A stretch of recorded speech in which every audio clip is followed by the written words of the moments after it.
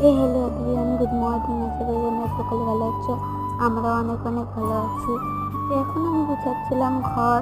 তো ঘরের আমি পুরো চোখে চোখে সাইলিয়ে নিয়েছিলাম, মানে একদম ঘরে একদম অবস্থা একদম টাইট করে দিয়েছিলাম।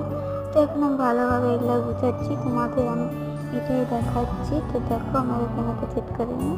তো এখানে আমরা সেট হয়েছে। তো আমি হলো চাদরগুলো গুছিয়ে নিয়েছি ভিডিও করার আগেই। গুছিয়ে নেওয়ার পরে এখন আরও যে নতুন নতুন জামা কাপড় আছে ওগুলো গুছাচ্ছি।